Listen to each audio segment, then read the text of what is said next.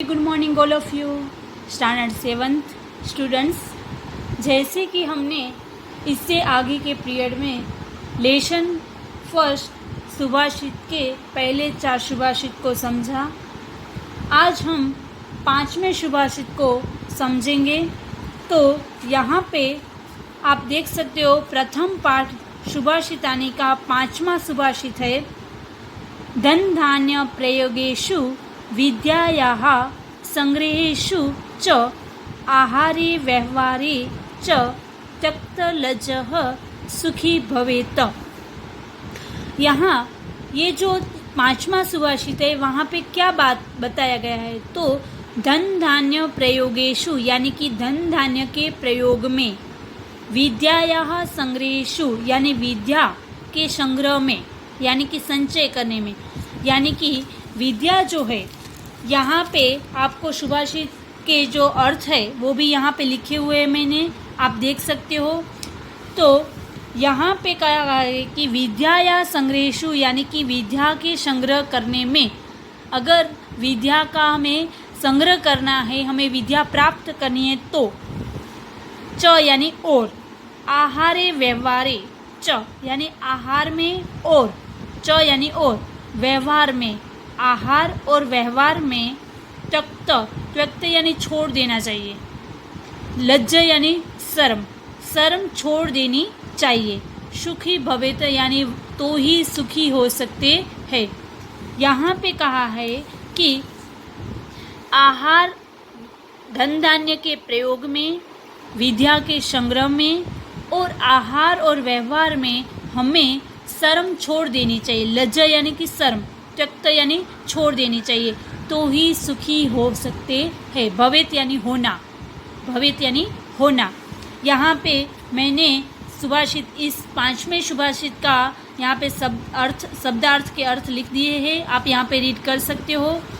तो यहाँ पे कहा है कि धन धान्य के प्रयोग में, विद्या के संग्रह में, आहार और व्यवहार में शर्म छोड़ देनी चाहिए, तो ही हम सुखी हो सकते हैं। अगर इनमें हम शर्म करने बैठे तो हमें सुखी तो नहीं हो सकते, पर हमें कुछ प्राप्त भी नहीं हो पाएगा, क्योंकि यहाँ पे कहा है कि विद्या या संग्रहेषु यानी कि विद्या अगर हमें प्राप्त करनी होगी तो हमें शर्म छोड़नी पड़ेगी। ऐसे हम सोच कर बैठे होंगे कि मुझे कोई सामने से आकर विद्या दे जाए, या तो विद्या मुझे यहाँ पे प्रदान कर दे, मैं यहाँ पे एक कोने में बैठा रहूँगा, मैं कहीं पे भी जाऊँगा नहीं, कहीं पे सीखने भी नहीं जाऊँगा, तो विद्या प्राप्त नहीं हो सकती, तो हम विद्या का संग्रह नहीं कर सकते। ऐसे ही आहार और व्यवहार, जैसे कि हमारा आहार क्या है, हम कैसे आहार लेते हैं, उनमें या तो व्यवहार, हमें व्यवहार कैसा करना चाहिए। अगर हम ये सोच कर बैठे होंगे एक ही कोने में कि नहीं मुझे तो सबके साथ बातें करने में भी शर्म आती है, मैं कैसे उसके साथ व्यवहार करूँगा, तो इनमें भी हम दुखी होंगे, क्योंकि हमारे साथ कोई दूसरा व्यवहार सामने से करने वाला भी सामने से नहीं आएगा, तो हम अकेले ही हो जाएंगे। तो इस तरह इस सुभाषित में बताया गया है कि हमें कौन कौन सी जगह पर शर्म नहीं करनी चाहिए अगर हमें सुखी होना है। तो ये बातें याद रखनी है कि यहाँ हमें शर्म नहीं करनी है। कौन कौन सी बात, तो धन धान्य के प्रयोग में, विद्या के संग्रह में, आहार में और व्यवहार में, इतनी जगह पे हमें शर्म करनी नहीं चाहिए। अब आगे ये छठा है जो सुभाषित, यहाँ पे क्या कहा है, तो छठा सुभाषित है, क्षमा वशी कृति लोके क्षमया किम न साध्यते शांति खगः करे यस्य किम करिष्यति दुर्जनः। अब यहाँ पे क्या कहा है, तो क्षमा वशी कृति लोके यहाँ से हम लेंगे, ये जो लास्ट शब्द है लोके, वहाँ से हम स्टार्ट करते हैं। लोके यानी संसार में, लोके यानी संसार में, संसार में क्षमा है वो एक वशीकृति यानी वशीकरण। यहाँ पे भी मैंने शब्दार्थ 6 के लिखे हैं, आप यहाँ पे देख सकते हो कि शब्दार्थ के अर्थ मैंने हिंदी में लिख दिए हैं, ताकि आपको समझ में आ जाए जल्दी से कि संसार में क्षमा ही वशीकरण है। क्षमया किम न साध्यते, क्षमया यानी क्षमा से, किम यानी क्या, न यानी नहीं, साध्यत यानी सिद्ध होना, यानी कि क्षमा से क्या नहीं सिद्ध हो सकता है, सब कुछ सिद्ध हो सकता है। इस तरह शांति खग यानी कि शांति रूपी तलवार, खग यानी तलवार, शांति यानी शांति की, अगर शांति की तलवार, करे यानी हाथ, करे यानी हाथ, यस्य यानी कि जब शांति की तलवार हाथ में हो, तब किम करिष्यति दुर्जनः, तब किम यानी क्या, करिष्यति यानी कि कर सकता है, दुर्जन यानी दुर्जन, जो दुर्जन लोग हैं वो तब क्या कर सकता है, कुछ भी नहीं कर सकता है, वो कुछ भी हमारा बिगाड़ सकता नहीं है, क्योंकि हमारे हाथ में शांति रूपी तलवार है। इस तरह कि क्षमा, संसार में क्षमा ही सबसे बड़ा वशीकरण है। क्षमा या किम न साध्यते यानी कि क्षमा से हम क्या नहीं सिद्ध हो सकता है, हमें सब कुछ सिद्ध हो सकता है। और शांति की अगर तलवार हमारे हाथ में हो तो दुर्जन भी हमारा कुछ भी नहीं बिगाड़ पाता है। इस तरह इस सुभाषित में हमें बताया गया है कि क्षमा को कितना सारा महत्व दिया है इस सुभाषित में, कि दुनिया का सबसे बड़ा वशीकरण है क्षमा। अगर देखा जाए तो हम वशीकरण शब्द मंत्र तंत्र की विद्या के लिए प्रयोग करते हैं ना, पर यहाँ पे क्षमा के वशीकरण को समझाया है कि कैसे हो सकता है। तो अगर हम किसी को किसी गलती के लिए माफ़ कर दे, चलो कि उसने बहुत बड़ी गलती की है, फिर भी हमने उसको क्षमा दे दिया, उसको माफ़ कर दिया, तो वो क्या करेगा, हमारी क्षमा से वो अपने जीवन में हमारा स्थान और पास कर देगा, वो हमारे जीवन में और पास हो जाएगा, और वो हमें जीवन भर याद करेगा कि मैंने इतनी बड़ी गलती की थी, फिर भी इन्हें मुझे एक समय पे क्षमा कर दिया था, मुझे माफ़ कर दिया था, उसने मेरी सारी गलती को माफ़ कर दिया था। इस तरह वो जीवन भर हमें याद भी करेगा और हमें आदर्श भी मानेगा। तो इस तरह क्या हो गया, एक तरीके से वशीकरण हो गया। हमारा जो है वो उसके ऊपर प्रभाव एक तरीके से पड़ गया। एक बार हमारा प्रभाव है उसके जीवन में इतना सारा पड़ गया कि वो हमें जीवन भर याद करेगा, हमारी बातों को वो मानेगा। तो इस अंतर्गत इस सुभाषित में कहा गया है कि अगर शांति की तलवार हमारे हाथ में हो तो दुर्जन भी हमारा कुछ नहीं बिगाड़ सकता है, क्योंकि वो कितना भी कर ले, पर हम शांति अगर धारण करके बैठ जाए तो वो कितनी बार हमारा सामना करेगा, वो आखिर में क्या करेगा, अपनी हार मान ही लेगा और हमारा पीछा छोड़ देता है। इस तरह क्षमा से क्या सिद्ध नहीं हो सकता है, तो सब कुछ सिद्ध हो सकता है। इस तरह क्षमा से सब कुछ सिद्ध हो सकता है, सारे कार्य क्षमा से सिद्ध हो जाते हैं। इसीलिए हमारे जीवन में क्षमा को महत्वपूर्ण स्थान देना चाहिए। तो हम यहाँ पे देख सकते हैं कि ये जो सारे सुभाषित है वो हमने अच्छे से समझ लिए हैं। तो ये सारे सुभाषित है उसका अनुवाद आपको अपनी CW की बुक में लिखना है। तो मैं ये सारे सुभाषित का अनुवाद है वो मैं आपको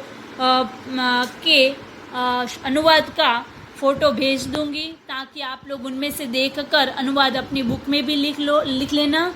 आप भी अपनी तरीके से अनुवाद लिखने के लिए प्रयत्न ज़रूर करना। ये जो 5 और 6 है उसको भी आपको अपनी तरीके से तो आज लिखना ही है होमवर्क में। फिर मैं आप लोगों को ये सारे सुभाषित का अनुवाद है वो लिखकर आपको भेज दूंगी, ताकि आप लोग उनमें से लिख पाओ। अब ये सारे सुभाषित के बाद यहाँ पे लेसन में आप देख सकते हो कि शब्दार्थ दिए गए हैं। तो आप लोग जैसे कि जानते हो 6th में भी हम ऐसे ही करते थे कि पूरा लेसन हम समझने के बाद हमारी CW जो बुक है उनमें क्या करते थे, हम सबसे पहले शब्दार्थ लिखते थे। तो ये सारे शब्दार्थ है वो आपको अपनी बुक में लिखने ही है। CW में लेसन फर्स्ट सुभाषितानी ऐसा हेडिंग आप लगा दोगे, और इसके बाद यहाँ तक जो शब्दार्थ है यहाँ से लेकर यहाँ पे आप पीछे देख सकते हो कि यहाँ तक शुभ शब्दार्थ है वो आप अपनी बुक में लिख लोगे। ये हिंदी में भी लिखना है और इंग्लिश में भी लिखना है आपको इसका अर्थ। फिर इसके बाद यहाँ पे स्टार्ट होता है अभ्यास। तो अभ्यास देखें तो यहाँ पे आपको आपके पास बुक नहीं होगी तो मैं आपको PDF फाइल पहले भी पीरियड में आपको भेज दी है। जब हमारा ये सुभाषितानी लेसन 1 स्टार्ट हुआ था तब भी आपको PDF फाइल भेज दी थी। अभी जो ये पीरियड में भी मैं आपको ये PDF फाइल भेज रही हूँ ताकि आप उनमें से एक्सरसाइज देख लेना। ये एक्सरसाइज यहाँ पे देख सकते हैं कि अभ्यास लिखा है।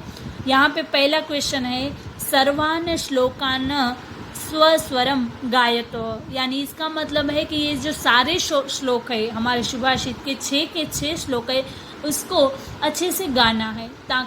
यानी कि इस क्वेश्चन का हमें नोटबुक में CW में कुछ भी नहीं करना है, इसको ऐसे ही रहने देना है। ये हमें गाना है, लिखना नहीं है। ओके, तो ये हम कुछ नहीं करेंगे पहले का।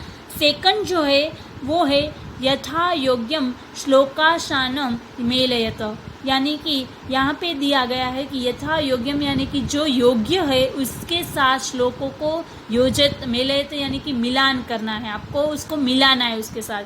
तो आप देख सकते हो यहाँ पे कि क और ख ऐसे मैच है ये। तो मैच में हम देख सकते हैं कि क में है वो धन धान्य प्रयोगेशु। तो यहाँ पे आप लोग को क्या करना है, सुभाषित को देखकर इसको मैच करनी है। तो चलो बताओ मुझे कि यहाँ पे कौन कौन सी मैच आएगी। तो पहले है धन धान्य प्रयोगेशु, तो बताओ चलो इनमें से इसके सामने कौन सी मैच हम जोड़ पाएंगे। तो धन धान्य के सामने हम यहाँ पे ये विद्या संग्रहेषु, यहाँ पे ये फर्स्ट को मैच करेंगे। Very good. अब सेकंड है विस्मयो नहीं कर्तव्य, ये जो सेकंड है उसको हम किसके साथ मैच करेंगे, वो किसके साथ होगा, वेरी गुड, बहुरत्ना वसुंधरा, ये इसके साथ मैच होगा। आप है वो अपनी PDF फाइल अगर ओपन रखोगे तो ये आपको आगे के जो श्लोक है इसको श्लोक को देखकर आपको पता चल जाएगा। यहाँ पे हमने ये देखा कि विस्मय नहीं कर्तव्य, ये जो लाइन है उसके साथ हमें कौन सी लाइन जोड़नी पड़ेगी, बहुरत्ना वसुंधरा। ये देख सकते हो आप कि इसके साथ हमने ये लाइन जोड़ दी है। अभी ये थर्ड वाली लाइन है, जो थर्ड वाला मैच है, सत्येन धार्यते पृथ्वी, ये जो है उसके सामने हमें कौन सी लाइन आएगी। तो यहाँ पे आप लोगों को देख भी सकते हो अगर पता ना चले तो, कि सत्येन, ये रही सत्येन धार्यते पृथ्वी वाली जो है मैच, उनके सामने आएगी सत्येन तपते रवि, इसके साथ ये वाली लाइन हम जोड़ सकेंगे। तो यहाँ पे ये रही सत्येन तपते रवि ही, तो यहाँ पे हम थर्ड कर लेंगे। आप इसके साथ साथ मैच करते जाओगे। यहाँ पे ये 4 है, शतभिः विवादम मैत्रीम च, तो इसके साथ कौन सी आएगी, वेरी गुड, ये वाली 4। आप अपनी सुभाषित के साथ भी देखते जाना साथ साथ में। आहारे व्यवहारे च, यानी कि ये लास्ट जो बचा है, त्यक्तलज सुखी भवेत। आप देख सकते हो यहाँ पे 4, 5, 2, 1 और 3 ऐसे मैच हमने कर दिए हैं। ये क्वेश्चन भी आपको CW में करना पड़ेगा, जैसे आप 6th में करते थे वैसे ही। देख कर लिया आपने अपने बुक में। चलो अब नेक्स्ट क्वेश्चन है, हम देखेंगे तो एक्सरसाइज में ये फर्स्ट क्वेश्चन है, थर्ड क्वेश्चन है, एक पदेन उत्तरत। ये जो है उनमें एक पद में आपको उत्तर देना पड़ेगा। तो यहाँ पे आप देख सकते हो कि पृथ्वीयाम कति रत्नानि, फर्स्ट क्वेश्चन है पृथ्वीयाम कति रत्नानि, पृथ्वी में कितने रत्न हैं। तो पहला जो सुभाषित हमने समझा था उनमें कितने रत्न थे, कितने रत्न बताए थे सुभाषित में, याद करो चलो। हाँ, वेरी गुड, फर्स्ट का आंसर क्या आएगा, त्रीणी। आप लोगों को मैं यहाँ पे 1 वर्ड में लिख रही हूँ, आपको अपने CW में पूरे वाक्य में आंसर लिखना है। मैंने 6th में भी आपको बताया था कि आपको यहाँ पे भले ही एक पदेन उत्तरत है पर आपको पूरे वाक्य में लिखना है। मैं यहाँ पे एक लिख रही हूँ, जैसे कि त्रीणी है तो आपको ऐसे लिखना है, पृथ्व्याम त्रीणी रत्नानि, ऐसे आपको लिखना पड़ेगा इसका आंसर उत्तर। ऐसे आपको पहले का आंसर ऐसे पूरे वाक्य में लिखना होगा। अभी सेकंड है क्वेश्चन, मूढ़े है कुत्र रत्न संज्ञा विधीयते। मूर्ख लोग है वो किसको अपना रत्न समझते हैं। याद करो, चलो फर्स्ट सुभाषित में ही आया था, याद आया? तो कौन किसको रत्न समझते हैं? पाषाण खंडेशु, यानी पत्थर के टुकड़े को ही वो रत्न समझते हैं। तो यहाँ पे आएगा पाषाण खंडेशु, पाषाण खंडेशु। आपको ऐसे, मैं यहाँ पे पाषाण खंडेशु लिखा है पर आप लोग क्या लिखोगे? मूढ़े है पाषाण खंडेशु रत्न संज्ञा विधीयते, ऐसे आपको लिखना है। ओके। फिर थर्ड है, पृथ्वी केन धार्यते। पृथ्वी किसको धारण करती है? किसको धारण करती है? सत्येन। यहाँ पे लिखना है आपको थर्ड में सत्येन। सत्य, यहाँ पे आपको क्या लिखना पड़ेगा? पृथ्वी सत्येन धार्यते, ऐसे पूरे वाक्य में लिखना है। फोर्थ क्वेश्चन है, केहे संगतिम कुर्वीतः। किसके साथ संगति करनी चाहिए? कुर्वीत यानी करनी चाहिए। तो क्या आएगा? सद्भिः। वेरी गुड, यहाँ पे आप लिख दो सद्भिः। आप क्या लिखोगे अपनी बुक में? सद्भिः संगतिम कुर्वीत, ऐसे पूरे वाक्य में लिखोगे। चलो फिर है 5 वाला क्वेश्चन। तो लोके वशीकृति ही का। लोके यानी हमने लास्ट जो सुभाषित है वो समझा, उनमें क्या था? लोके का मीनिंग मैंने लिखवाया था आपको, क्या था? संसार में। तो संसार में वशीकृति यानी वशीकरण। क्या है? कौन है वशीकरण संसार में? तो क्षमा। तो यहाँ पे 5 का आंसर आएगा क्षमा। तो इस तरह आप लोग क्या लिखोगे? लोके वशीकृति ही क्षमा, ऐसे पूरे वाक्य में लिखोगे। ओके। चलो नेक्स्ट है, यहाँ पे आप देख सकते हो कि नेक्स्ट है प्रश्न निर्माण। तो 4 जो क्वेश्चन है वो है, रेखांकित पदानि अधिकृत्य प्रश्न निर्माणम कुरुत। यानी इसका मतलब क्या हुआ? रेखांकित पदानि यानी अंडरलाइन, जिसके नीचे, जिस पद के नीचे रेखा की है वो, जिसके नीचे अंडरलाइन की है वो शब्द है, जो पद है उसका अधिकृत्य प्रश्न निर्माण कुरुत, यानी उसको हमें क्वेश्चन बनाना है। ओके। तो चलो फर्स्ट क्वेश्चन 4 है और क्वेश्चन 3। क्वेश्चन 4 है, उनमें हमें प्रश्न निर्माण करना है। तो क्वेश्चन 4 है प्रश्न निर्माण का, उनमें हम क्या करेंगे? प्रश्न निर्माण में तो क्वेश्चन बनाएंगे। कैसे क्वेश्चन बनाएंगे हम? तो फर्स्ट है, सत्येन वाति वायुः। तो सत्य है जो शब्द है उसको निकाल के हमें क्या लगाना पड़ेगा क्वेश्चन करने के लिए? देखो हिंदी हो, अगर हिंदी में आपको क्वेश्चन बनाना हो तो हम कैसे बनाएंगे? कि हिंदी में जैसे कि मैं घर जा रहा हूँ, तो आपको क्वेश्चन बनाना हो तो आप क्या करोगे? मैं कहाँ जा रहा हूँ, तो आपने घर को निकाल दिया। ओके, घर की जगह आपने कहाँ लगा दिया।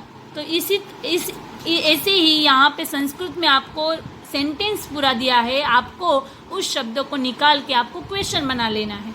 जैसे कि सत्येन वाति वायु, तो सत्य से वायु है वो बहती है, पर हमें यहाँ पे सत्येन को निकालना है, तो हम क्या लगाएंगे उसकी जगह? केन। फर्स्ट में क्या लगाएंगे? केन। केन वाति वायुः, ऐसे लिखेंगे, केन वाति वायुः। ओके, आपको अपनी बुक में ऐसे पूरे लिखना है और फिर पीछे है क्वेश्चन मार्क करना है। क्यों?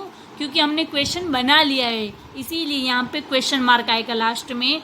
यहाँ पे फुल स्टॉप है, पर यहाँ पे क्या आएगा? Question mark. ओके, तो सेकंड है, यहाँ पे आपको दिखाई देता है कि मैंने ऐसे लिखा है, तो आपको भी अपनी बुक में ऐसे ही लिखना है।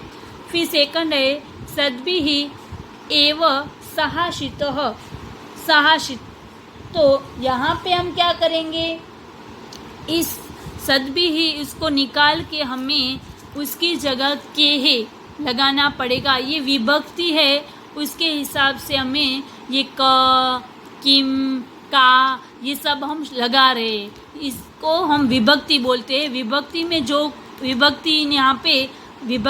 जो यहाँ पे वाक्य बनाया हुआ है, उसके हिसाब से हमें ये शब्द लेने पड़ेंगे। तो सद्भिः ही वो तृतीया विभक्ति है, तो यहाँ पे हम लिखेंगे कहे, सद्भिः की जगह कहे लिखेंगे, और यहाँ पीछे वाला वही लिख देंगे, एव सहासित,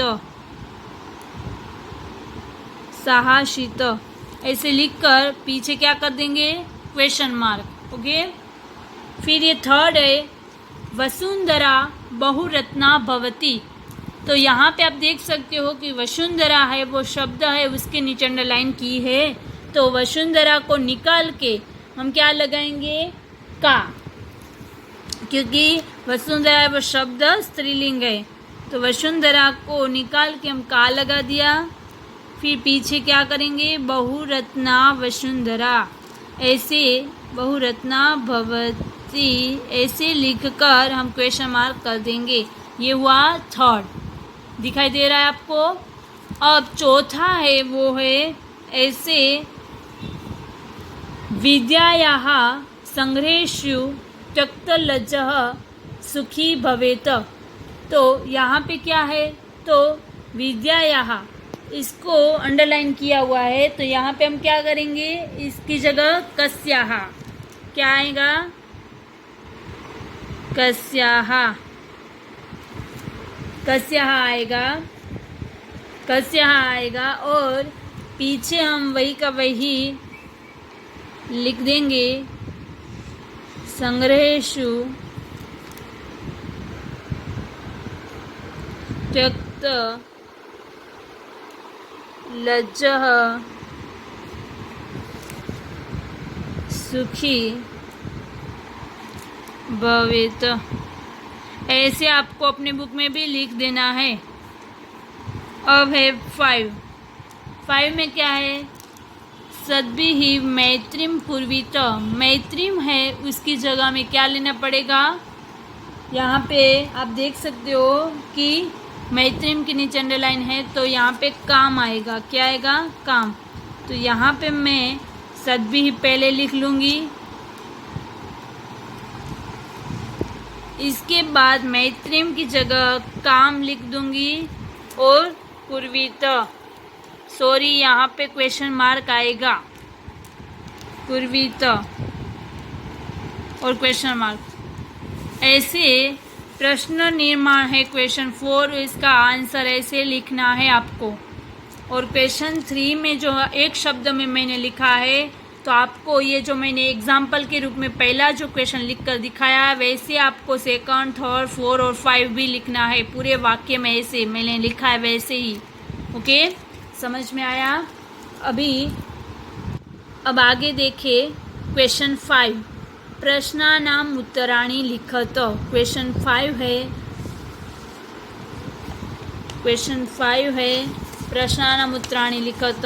तो यहाँ पे आप देख सकते हो कि फर्स्ट क्वेश्चन है वो है कुत्र विस्मयः न कर्तव्यः। फर्स्ट क्वेश्चन क्या है, कुत्र विस्मयः न कर्तव्यः।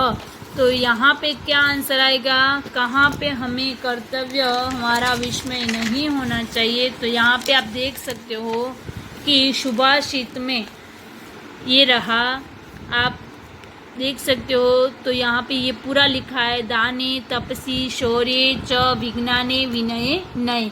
तो ये पूरा का पूरा इसमें आंसर आएगा।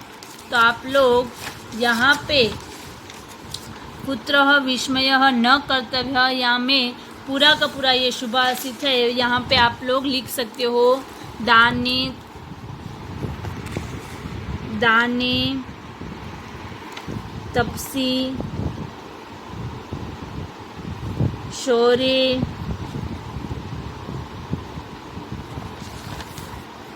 च विज्ञाने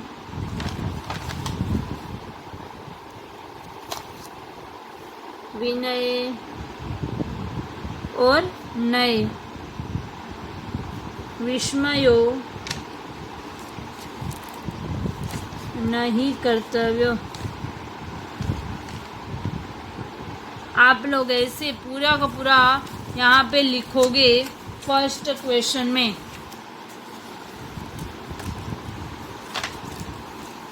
अभी सेकंड है, आप लोग ये CW में पूरा लिखोगे, क्वेश्चन भी आपको लिखना है। मैंने डायरेक्टली यहाँ पे आंसर लिखा, आपको क्वेश्चन पहले लिखना है इसके ऊपर। फिर सेकंड है, पृथ्वीयाम त्रीणि रत्नानि कानि।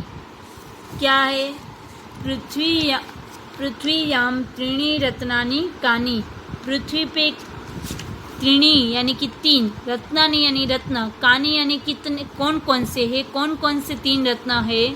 तो कौन कौन से है रत्न, याद करो। चलो, फर्स्ट सुभाषित था ना, तो इनमें क्या था कि पृथ्वीयाम त्रीणि रत्नानि कानि। तो क्या आएगा, पृथ्वी पे तीन रत्न कौन कौन से है, हम देख सकते हैं सुभाषित में, आप भी देख सकते हो कि कौन कौन से है पृथ्वीयाम त्रीणि रत्नानि, जलम अन्नम और सुभाषितम। तो ये जो आपको दिखाई देता है कि ये सुभाषित में जलम अन्नम और सुभाषितम है। तो यहाँ पे आप लोग सेकंड में पूरे वाक्य में लिखना, पृथ्वीयाम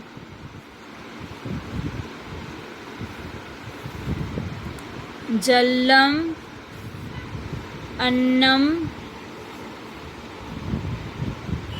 च सुभाषितम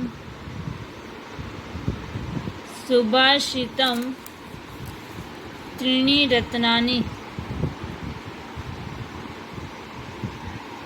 रत्नानि ऐसे आप लोग लिख सकते हो।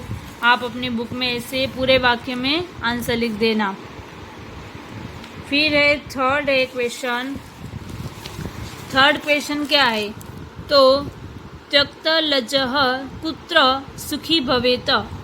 यानी कि क्या है यहाँ पे कि कौन सुखी हो पाता है, किसको शर्म छोड़ देनी चाहिए, कहाँ कहाँ पे शर्म छोड़ देनी चाहिए तो सुखी होता है। तो क्या क्या आएगा, कहाँ कहाँ, तो धन धान्य प्रयोगेषु, विद्या या संग्रहेषु और आहारे व्यवहारे, ये सब पूरा का पूरा सुभाषित है, वहाँ पे आंसर में आएगा। धन धान्य प्रयोगेषु, धन धान्य प्रयोगेषु, विद्यायाः संग्रहेषु,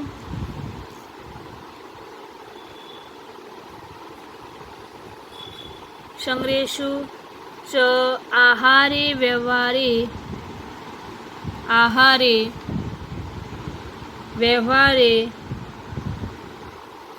च त्यक्तलज्जः सुखी भवेत।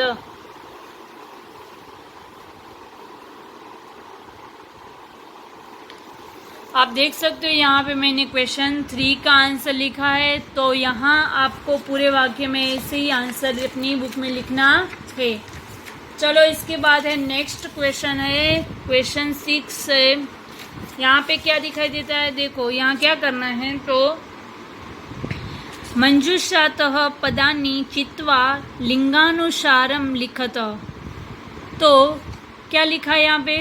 मंजूषात यानी हेल्प बॉक्स। ये जो आपको हेल्प बॉक्स दिखाई देता है उसको मंजूषात कहते हैं। पदानी यानी कि इसके अंदर जो पद है वो, ये जो शब्द है उसको आप दिखाई देता है आपको, ये पद इसको कहते हैं चित्वा यानी चुनकर। लिंगानुसार यानी लिंग के अनुसार। लिंग कौन कौन से है आपको पता है? पुल्लिंग, स्त्रीलिंग एवं नपुंसकलिंग। तो ये लिंग के अनुसार आपको लिखना है। लिखत यानी लिखना है। कहाँ पे? तो यहाँ पे। यहाँ पे क्या दिखाई देता है आपको? पुल्लिंग, स्त्रीलिंग एवं नपुंसकलिंग। और यहाँ पे सारे के सारे लिंग के शब्द है वो यहाँ पे मिक्स में दिए गए हैं हेल्प बॉक्स में। तो आपको यहाँ से शब्द है वो अलग अलग करके इसके नीचे लिखना है। कौन कौन से यहाँ पे पुल्लिंग है, इनमें से कौन से स्त्रीलिंग है और इनमें से कौन से नपुंसकलिंग है। तो चलो हम यहाँ पे लिखेंगे कि पुल्लिंग में तो सबसे पहले रत्नानी है। तो एक काम करते हैं, हम सबसे पहले यहाँ से जो पुल्लिंग शब्द है उसको यहाँ पे लिख देते हैं। तो पुल्लिंग में सबसे पहला कौन सा आएगा? तो कि सुखी है वो पुल्लिंग में आएगा। तो यहाँ पे आपको लिखना है सुखी। ओके, तो यहाँ पे आप लिख सकते हो सुखी। अभी है, उसके बाद पुल्लिंग देखें तो यहाँ पे है वहीनः। तो यहाँ पे आप लिख सकते हो वहीनः। ओके, चलो इसके बाद है पुल्लिंग है, इसके पास में है जो रवि है वो है पुल्लिंग शब्द। तो यहाँ पे आप लिख सकते हो रवि ही। ओके, चलो इसके बाद है वो स्त्रीलिंग। अब यहाँ पे कोई हमें पुल्लिंग शब्द दिखाई देता नहीं है। तो यहाँ पे स्त्रीलिंग शब्द है। तो स्त्रीलिंग शब्द में सबसे पहले कौन सा आएगा? वसुंधरा। वसुंधरा। ओके, यहाँ पे स्त्रीलिंग में हमने लिख दिया है। फिर स्त्रीलिंग शब्द है वो पृथ्वी। तो यहाँ पे आप सेकंड में लिख सकते हो पृथ्वी। और थर्ड है पुल्लिंग, वो है संगति। तो यहाँ पे लिख सकते हो आप संगति। ओके, तो ये आपका स्त्रीलिंग शब्द का भी सारे शब्द आ गए। अब यहाँ पे कोई स्त्रीलिंग शब्द दिखाई देता नहीं है। तो अभी नेक्स्ट जो है लास्ट क्या बचा? नपुंसकलिंग। तो क्या आएगा नपुंसकलिंग में? अब कौन से बच्चे? पहले तो ये देख लो आप। तो रत्नानी है वो नपुंसकलिंग में आ जाएगा। रत्नानी नपुंसकलिंग। फिर तो के सत्येन, वेरी गुड। फिर अब है कोई दिखाई देता है आपको? हाँ, अभी एक है। कौन सा? तो अन्नम है वो नपुंसकलिंग में आएगा, अन्नम। ओके, चलो हो गया ये क्वेश्चन। आप लोगों को अपनी बुक में ये सारे क्वेश्चन है वो भी लिखना है ऐसे ही। ओके, चलो फिर नेक्स्ट कौन सा क्वेश्चन है? क्वेश्चन है 7। क्या लिखा है यहाँ पे? देखो ऊपर क्या लिखा है? अधोलिखित पदेषु धातवः के सन्ति। क्या लिखा है यहाँ पे? अधोलिखित पदेषु यानी यहाँ, अधो यानी यहाँ, लिखित यानी लिखे हुए, पदेषु यानी शब्द, यहाँ लिखे हुए शब्द के धातव। धातव यानी धातु। जो हम 6th स्टैंडर्ड में वर्तमान, भविष्य, अतीत करते थे और इसके सामने ऊपर मैंने क्या लिखते थे? मैं लिख देती थी आपको धातु लिख देती थी। फिर आप क्या बनाते थे? वर्तमान के रूप बनाते थे। तो ये रूप बनाने से पहले आपको क्या दिया जाता है? धातु। पट, गज, पीप, नय, ये सारे धातु है। तो यहाँ पे धातव के संति यानी कौन कौन से है, संति यानी है, के यानी कौन कौन से। तो यहाँ पे आपको शब्द दिए गए हैं, उसको आपको धातु लिखना है। तो यहाँ पे पदम है करोति, पश्य, भवेत, तिष्ठति। यहाँ पे आप लोग देख सकते हो कि करोति है उसका धातु है क्रू। ओके, करोति का कौन सा धातु है? क्रू। क्रू के ऊपर से वर्तमान काल क्या बनता है? करोति। फिर है पश्य। पश्य जो पद है उसका धातु कौन सा है? याद करो 6th में आता था, दृश्य। तो यहाँ पे आएगा दृश्य। याद आया? दृश्य। फिर है भवेत। तो ये भवेत जो पद है उसका कौन सा धातु है? हाँ, भू। और ये तिष्ठति लास्ट जो है वो भी हमें 6th में किया था, आपकी टेक्स्ट बुक में था। क्या आता है इसका धातु तिष्ठति का? स्था। Very good. तो यहाँ पे आप लिख सकते हो स्था इसका धातु है। ओके, यहाँ पे हमारी ये एक्सरसाइज कंप्लीट होती है। आप लोगों ने पूरी की पूरी एक्सरसाइज समझ ली है, तो आपको ये पूरी की पूरी एक्सरसाइज है वो अपनी CW में लिखनी है। ओके, चलो अब मैं आपको एक बार फिर से पूरी की पूरी एक्सरसाइज को एक बार बता देती हूँ फिर से कि ये शब्दार्थ है। तो ये सारे शब्दार्थ आपको रीड भी करने हैं और CW में भी लिखने हैं। यहाँ तक आपके शब्दार्थ वो आएंगे CW में, इसके अर्थ है वो आपको हिंदी और इंग्लिश दोनों में लिखने हैं। फिर यहाँ से आपको नेक्स्ट पेज से शब्दार्थ लिख लो, इसके बाद नेक्स्ट पेज से आप लोग अपनी एक्सरसाइज स्टार्ट करोगे। यहाँ पे क्या करना है आपको, फर्स्ट क्वेश्चन में कुछ नहीं करना है तो वो आपको नहीं लिखना है। फिर सेकंड क्वेश्चन आपको स्टार्ट करना है। सेकंड क्वेश्चन में आपको ये मैच है वो वैसे की वैसे लिखनी है, पर आपको बिल्कुल ऐसे लाइंस नहीं खींचनी है, आपको इसके सामने नंबर ही दे देना है सिर्फ। या तो आप ये भी कर सकते हो कि ये जो क है वो क्वेश्चन है वो वैसे के वैसे रखना है, आपको इसके सामने सही आंसर ही लिख देने हैं। जैसे कि ये धन धान्य प्रयोगेषु है तो इसके सामने ये फर्स्ट जो आंसर है इसका, तो यहाँ पे डायरेक्टली आप लोग इसको फर्स्ट ही लिख सकते हो, विद्याया संग्रहेषु च। ऐसे समझ में आ गया? तो आपको ऐसे मैच करनी है। फिर नेक्स्ट है आपको क्वेश्चन आंसर एक पदेन उत्तरतः, जो आपको ऊपर हेडिंग दी गई है वो भी आपको लिखनी होगी। ओके, और हेडिंग लिखने के बाद यहाँ पे क्वेश्चन फर्स्ट है वो आपको लिखना है। इसके बाद मैंने आंसर आपको लिखवा दिए है, वीडियो में आपने देखा। फिर भी मैं यहाँ पे पिक भी भेज दूँगी ताकि आपको लिखने में सरलता रहे। तो यहाँ पे आपको ये सारे क्वेश्चन लिखने हैं और इसके आंसर भी लिखने हैं। इसके बाद है ये प्रश्न निर्माण, तो ये भी आपको हेडिंग लगानी है, ये सारे क्वेश्चन आपको लिखने हैं और इसके नीचे आपको पूरे वाक्य में उसको फिर से लिखना होगा। और ये है क्वेश्चन 5 प्रश्नानाम उत्तराणी, ये 3 जो है उसको भी क्वेश्चन लिखना है, हेडिंग लिखना है और उसका आंसर भी लिखना है पूरे वाक्य में। क्वेश्चन 6 है लिंगानुसार, तो आप लोग इसकी हेल्प बॉक्स जो दिखाई देता है वो नहीं लिखोगे तो चलेगा, इसके हेडिंग लगा के सिर्फ यहाँ पे 3 है बॉक्स बना देना, पुल्लिंग का, स्त्रीलिंग का और नपुंसकलिंग का, तीनों बॉक्स हो जाए उसके बाद आप लोग इसके नीचे ये जो शब्द है उसके वो आप लोग लिख सकते हो। और फिर यहाँ पे क्वेश्चन 7 है वो धातु लिखने का, वो ऐसे ही आपको जैसे दिया गया है वैसे ही आप अपनी CW में लिख सकते हो। तो चलो आज हमारा लेसन स्टैंडर्ड 7 का फर्स्ट जो लेसन है सुभाषितानी वो पूरा कंप्लीट हो गया है। आज का होमवर्क दे रही हूँ। आज के होमवर्क में क्या होगा, तो आप लोगों को मैंने पहले पीरियड में जब होमवर्क दिया था तब मैंने आपको 4 क्वेश्चन जो सुभाषित है उसके अनुवाद लिखने के लिए बोला था अपने तरीके से। तो आप लोगों को आज मैंने 5 और 6 नए 2 सुभाषित समझाया है। तो आपको क्या करना है, आज के होमवर्क में 5 और 6 दोनों का अनुवाद अपनी तरीके से लिखना है, भले ही जैसे भी आप लिख सको आप अपनी भाषा में लिख देना। तो ये आज का होमवर्क यहाँ पे आप अपनी बुक में नोट कर लेना कि लेसन फर्स्ट का सुभाषितानी सुभाषित 5 और 6 का अनुवादनम